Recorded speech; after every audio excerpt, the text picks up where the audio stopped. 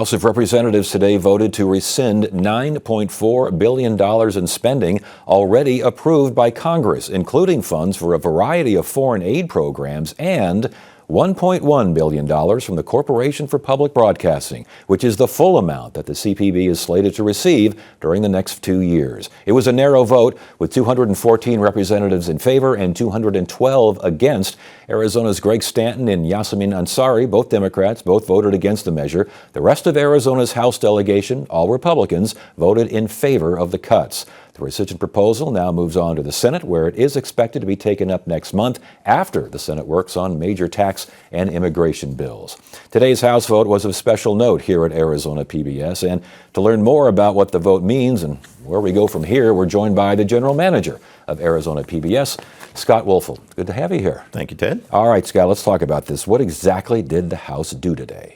This was the rescission measure that the Trump administration sent for voting earlier this year. And the whole idea was to rescind the funds, as you said in the intro, to both some foreign aid and everything the Corporation for Public Broadcasting gets. And so that money for Corporation for Public Broadcasting is what flows through, about 70% of that money flows through to all the stations across the country, all the public television stations, all the public radio stations, and provides, in our case, about $2 million a year in funding. Yeah, and CPB is a private entity, correct? It is a private corporation set up to be funded specifically by Congress. And funded 2 years in advance because they kind of want to keep politics out of it. Good luck with that, huh? That was the plan. And of course, the funds that are being rescinded or are trying to be rescinded now were just approved a few months ago, and that's for our upcoming next 2 fiscal years.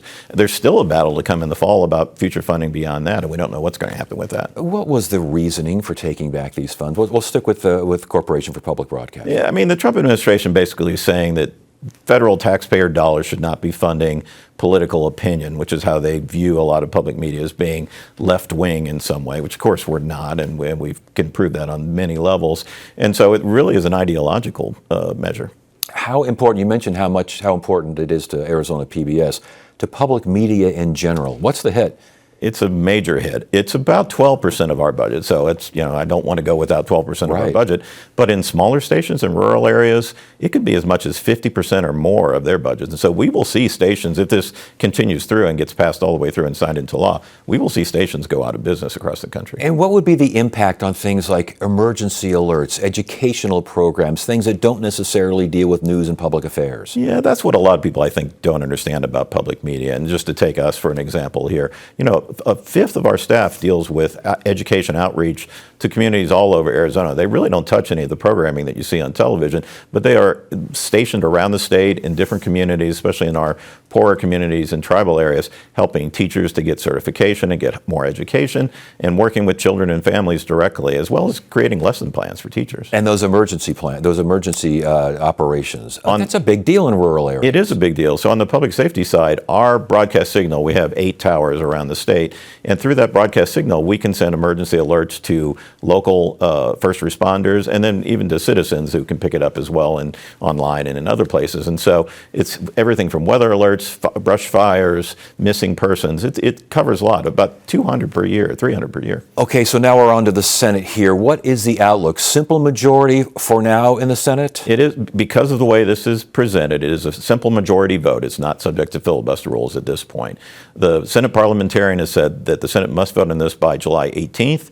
If not by then those privilege rules would run out and it would be subject to filibuster, at which point it would not go forward. But July 18th is the date. And that's what, 45 days after the president initially put the rescission in front of Congress? That's correct. Okay, and so that's but they still got some major legislation to look at. And a 4th of July recess coming up in about 2 weeks. And so it seems unlikely the Senate would take it up before July 7th, which is the return from the recess. So that would leave them 2 weeks or less to pass something. Well, how likely we'll see some tinkering, again, especially when it comes to the Corporation for Public Broadcasting? Little tinkering here, little tinkering there. Well, the House Rules Committee banned any amendments to this, so that could change in the Senate. Yes. And we might see amendments to strip, let's say, public broadcasting out completely and leave it foreign aid, or vice versa. We just don't know until it gets into the rules. The grassroots lobbying effort, we've seen a lot of it here at the station. We've heard a lot of it around the country, actually. Where is it? What does today's vote mean to that effort? You know, it's interesting. I was just looking before I sat down here. About 500,000 emails went to Congress over the last week alone in support of public media, and many thousands of phone calls as well. And I think that's why the vote was very close, and that 4 Republicans did vote no on it.